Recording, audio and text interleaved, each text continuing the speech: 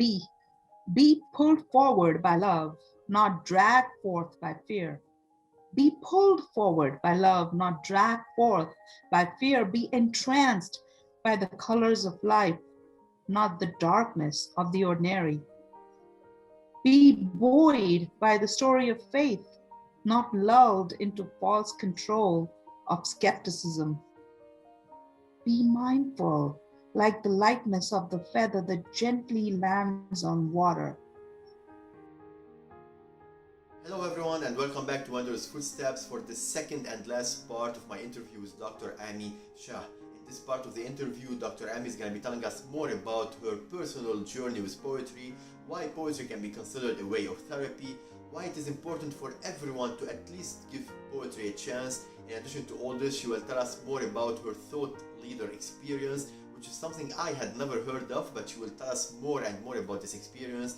In addition, she will also tell us about her future projects and plans. So I hope you enjoyed this last part of the interview, and also make sure to check out her book, Becoming the Light, filled with amazing poetry that represent our daily lives.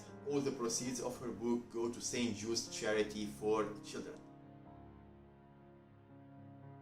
What is your purpose or main goal behind writing? What is that you want to share with your audience? So this is a very deep question. As I said before, when I was writing for myself, I had a different purpose. It was self-expression. But when it's now about other people, what I really want my poems to do for them, and what I see the power when it does do that is they feel good as they're listening to it. There's like a musicality to it. The images help them retain certain things. The ideas in there that came out of my own spiritual journey, they help them give new perspectives. Basically, if you think about it, my journey of having been an expert in so many different fields of communication, psychology, coaching, speech pathology. So I have taken those 25 years of my journey and put that into this one book. And each poem, each word, each line has a lot of big spiritual truths to it that can then offer people freedom, instant joy because they resonate with something, and then they can, many people have told me it's become like their daily, they set their intention in the morning. Like, this is what I want my day to go. They take one poem and it sets that intention for them, and then they can practice whatever they decided.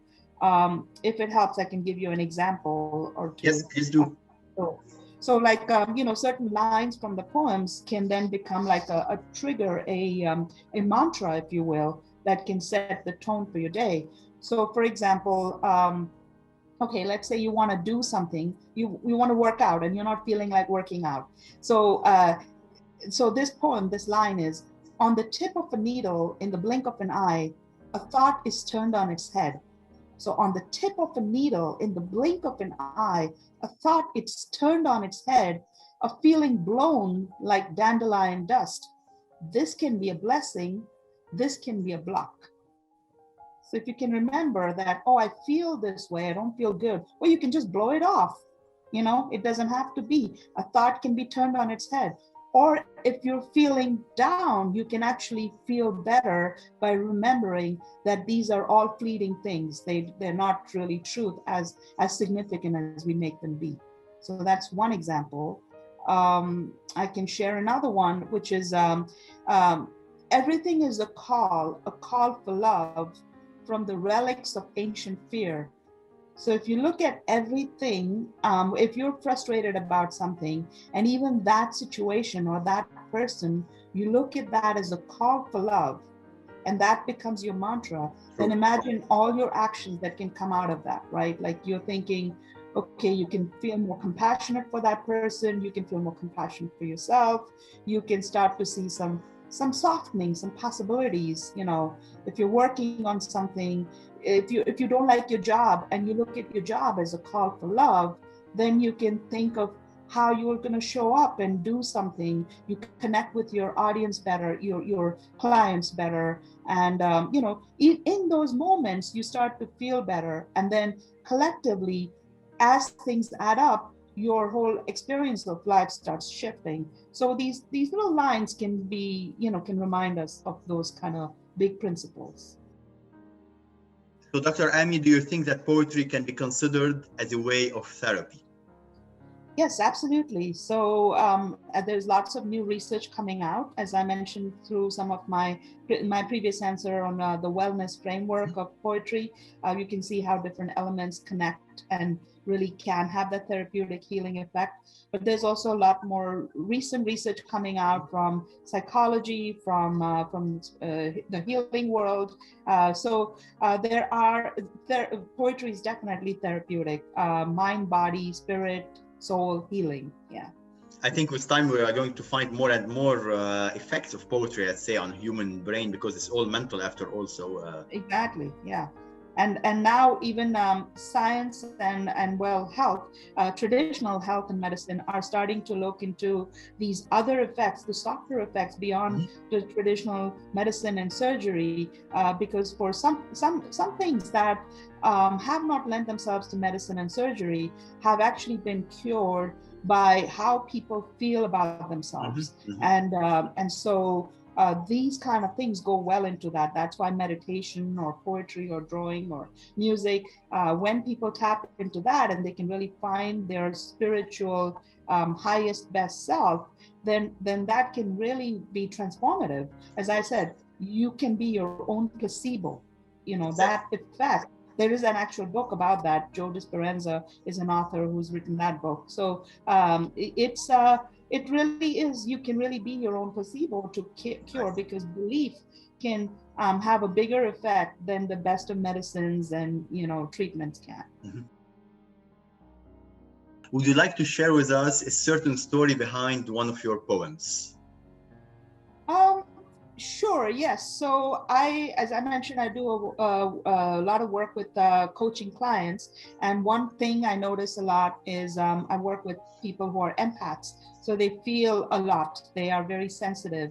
But even for everyone else, like the world is full of a lot of stimulation these days. So even if you're not traditionally an empath, you just feel very sensitive to everything. There's more reason to feel affected and annoyed by a lot of things in the day.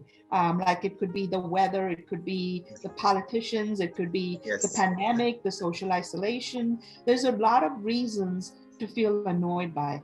And so as I was coaching this client, these lines came to me that it's time to wear the world like a loose fitting wrap.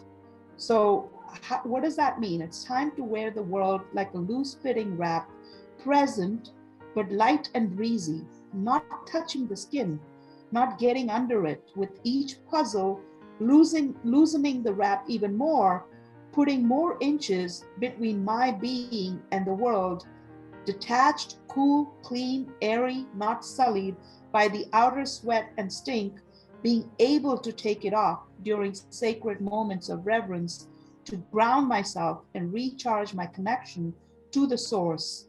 So, and it goes on. But the idea is that you don't want to lose yourself. You want to keep yourself grounded into your values, your principles, who you are, the beauty of you, the specialness of you, and not let all of the messages in the world bury that. And so that I thought was a powerful lesson that came to me through my conversation with that client. And then it's become something I mentioned to everyone else, do not lose yourself. Recognize more and more, develop the brand that is you, and then make sure you can take the world off like a wrap, and not make it be a second skin to you. Yes. Perhaps in a way to recognize also that each of us is perfect in his or her way, actually. We don't need to change ourselves for... Right, exactly. And that we are not the same because someone else affected and treated us a certain way. We don't have to own that. It can just be a feeling that can be taken away, like taking off, your jacket. It's not you. You don't have to internalize it. You don't have to be attached to it, and you don't have to be affected by it. You're not a victim of any of that. So that's the important message. So Dr. Amee, can you tell us more about your thought leader experience? I saw it on your internations profile, and to be honest, I don't know at all what this expression means. If you can tell us more about it. Sure. So, a thought leader is an expression used in some of the fields, and it's assigned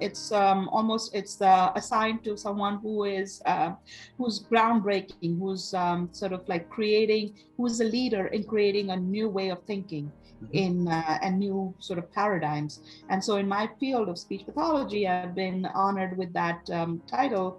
And why that's the case is because for 25 plus years, all of the different research and practices that I've done and trained other people have always been on the cutting edge. They've always been ahead of the field and that have challenged the field and people in those fields, as well as cutting across different disciplines. So, for example, when I first started to work with cross-cultural communication and I was helping people with their accents and their speech patterns because they're from different countries, I changed the idea that it is not simply accent reduction, but we really have to work on improving their internal state of being so that they are clear in their communication, they're empowered, and I also train listeners to listen to them better, which was not something that was being done in the world of speech pathology, which was looking at different patterns as needing to be adjusted and improved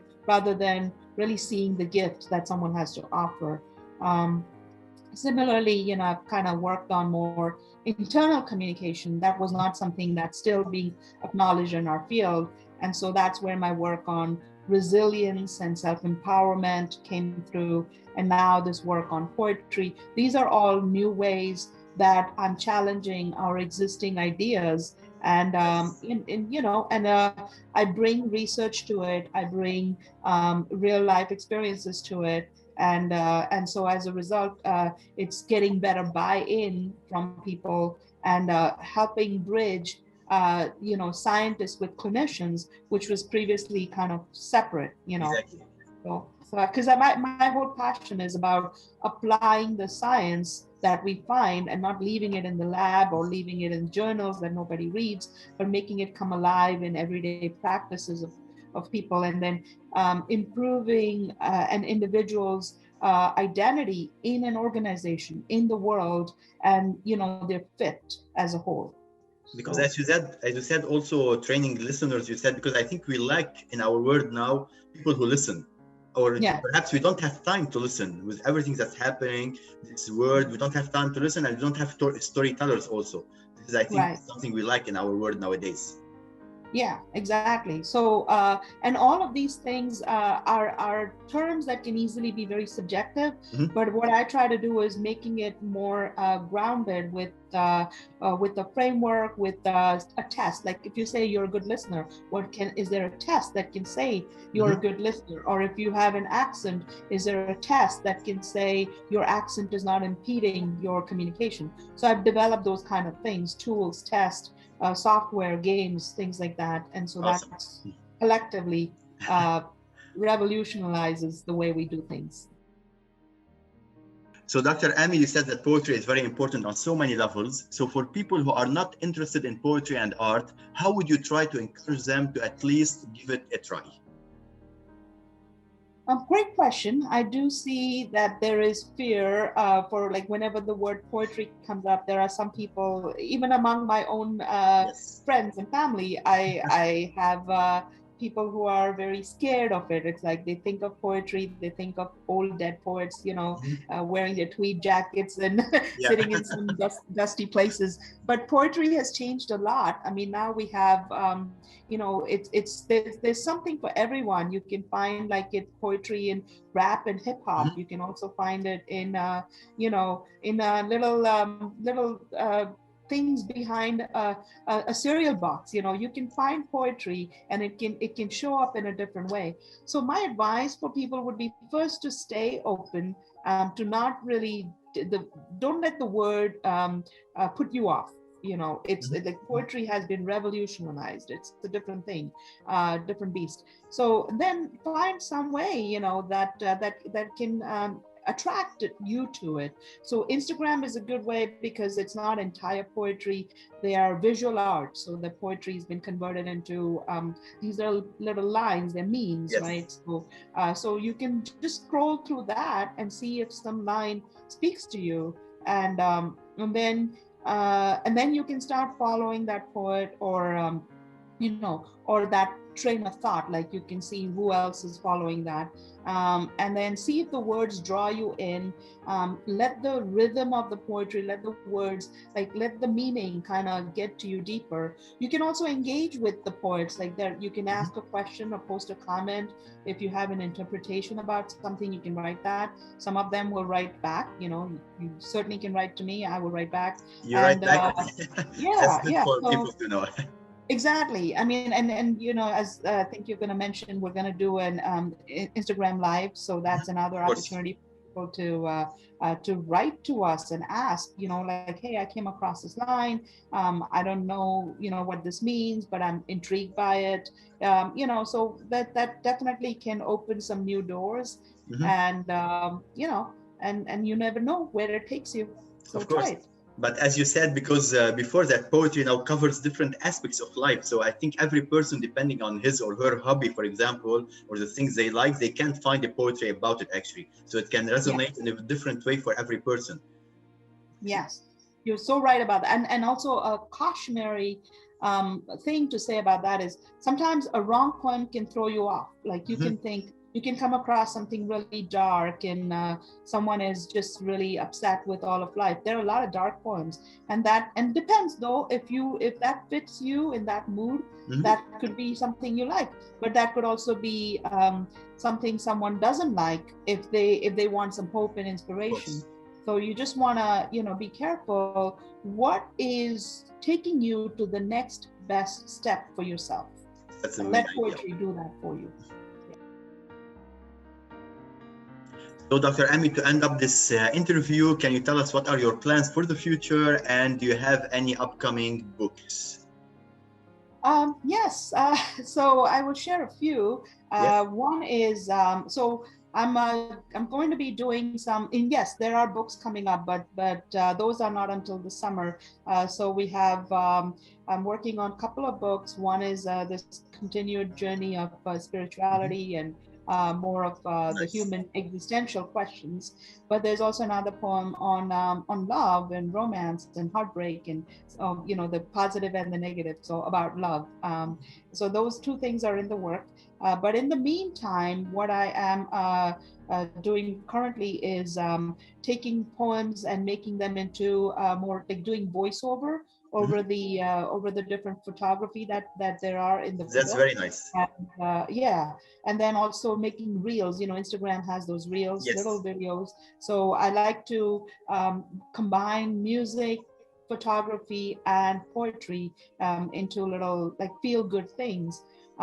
And taking that one step further, I have in a little while there'll be a podcast coming out. So the Awesome. idea of that podcast is for people to just come home when they come home from work and they want something nice to listen to that feels good, that gives them some new meaning to something. It's like they sit down and they just listen to it. So there will be a weekly podcast Mhm. with poetry and interpretation. So those are some new things that are in the works. And again, these things are organic. So if audience is interested in a specific thing, that could be something new that can Of come out. course. So I'd love to hear from Of from course. people. I would like to thank Dr. Ami for all this beautiful interview, for all the information she gave us about poetry, about her new book. If you want to get in touch with her and to contact her, you can find all the details in the description below. Be reverent to the forces of the universe greater than your small identity. Be humble about your gifts rather than defending your hidden imperfections. Be humble about your gifts rather than defending your hidden imperfections. Be open to all the feelings, but watch out for how they make you feel. Be love for the friend that heals just as much as the one that hurts. Be love for the friend that heals just as much as the one that hurts.